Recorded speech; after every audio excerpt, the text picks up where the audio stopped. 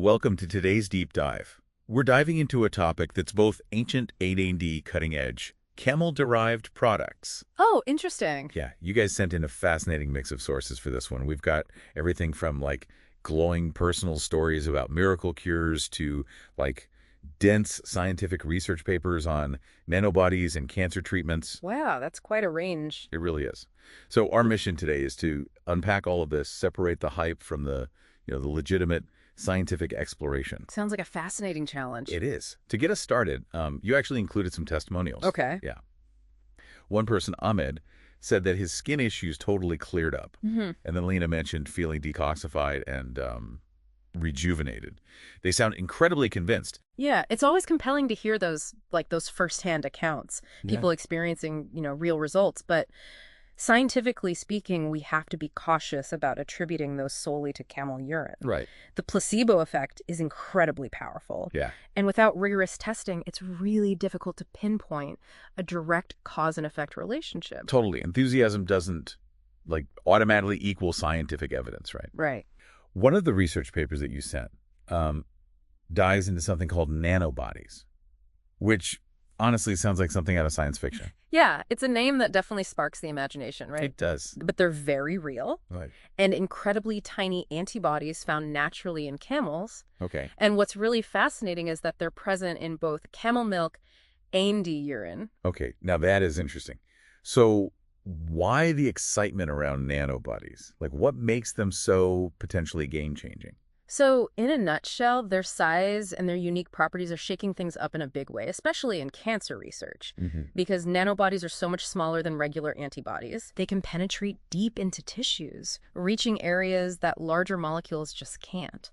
We're even talking about crossing the blood-brain barrier, which is a major hurdle for treating brain tumors. That's significant. And I'm guessing that size must open up other possibilities too? Absolutely.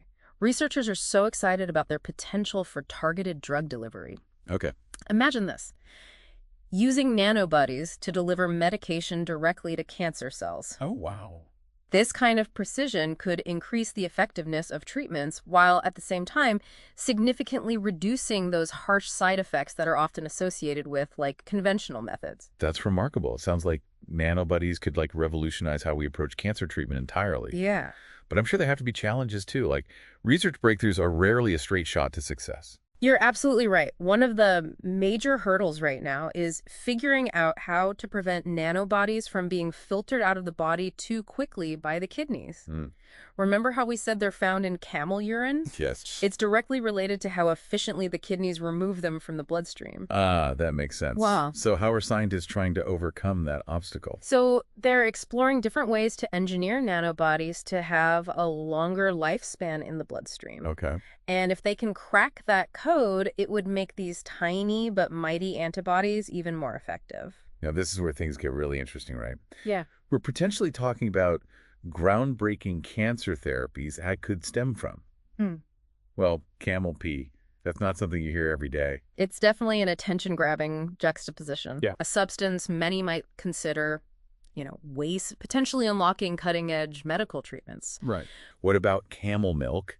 It's been a staple in some cultures for centuries, and I know there's a lot of buzz around it these days. Yeah, absolutely. Camel milk, you could say, is having its moment in the kind of wellness spotlight. And for good reason. For centuries, it's been prized for its health benefits, especially in regions where camels thrive. And what's really interesting is that modern science is starting to back up some of those traditional beliefs. So it's more than just a passing fad then. There's actual scientific evidence supporting the claims about camel milk. It's definitely more nuanced than just a trend. Okay. Camel milk is naturally packed with a powerhouse of nutrients.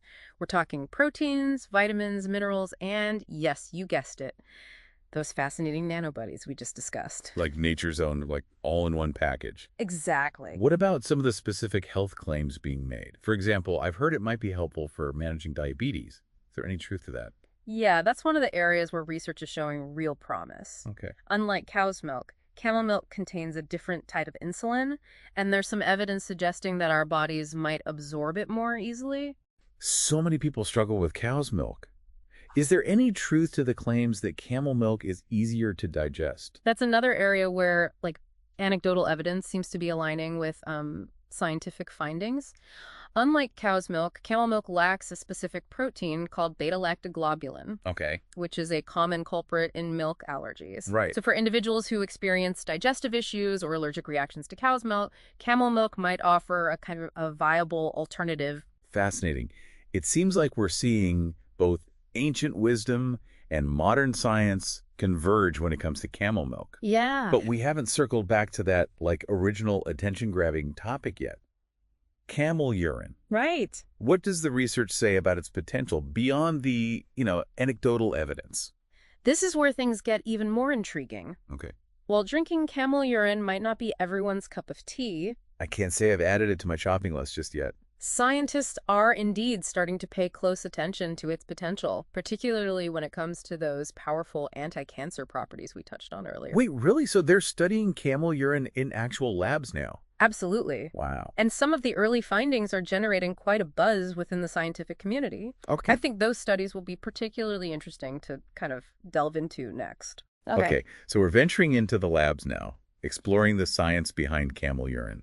It's definitely a realm where ancient traditions and modern research are kind of intertwining in some unexpected ways. Yeah. We talked about the, centuries-old practice of using camel urine in traditional medicine, especially in those arid regions where camels are such a vital part of life. Right, and it's amazing how those practices have persisted for so long. Yeah. Passed down through, generations. It's fascinating, right? Yeah. Modern science is finally catching up, taking those, long-held beliefs and practices and putting them to the test using, rigorous scientific methods. So what are those tests revealing? Is there actual evidence to support the idea that camel urine could have anti-cancer properties?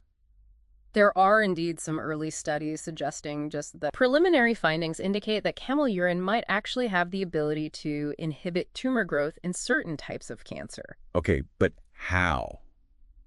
What could possibly be in camel urine that has such a, powerful effect on cancer cells?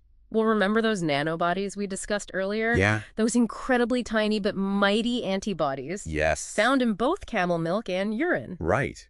Those nano-sized antibodies with the potential to target specific cells, like microscopic, guided missiles. Exactly. And it's not just about nanobodies. Okay. There's research indicating that camel urine might also constrict blood flow to cancer cells, essentially cutting off their supply lines and starving them of the nutrients they need to grow. Wow, so it's like a two-pronged attack, targeting cancer cells directly and simultaneously, cutting off their resources. A very effective military strategy, as it turns out, even at the cellular level. Wow. And the intrigue doesn't end there. Okay. There's even research exploring whether camel urine could work synergistically with conventional chemotherapy drugs, potentially enhancing their effectiveness. So not necessarily replacing chemotherapy altogether, but possibly making it work even better. Precisely. It's about leaving no stone unturned in the fight against cancer, exploring every avenue that might lead to, more effective treatments and ultimately, better outcomes for patients. Well said. We've covered a lot of fascinating ground here, from glowing testimonials and ancient traditions to the intricacies of nanobodies and the potential of both camel milk and urine. We have, yeah. What stands out to you most from all this?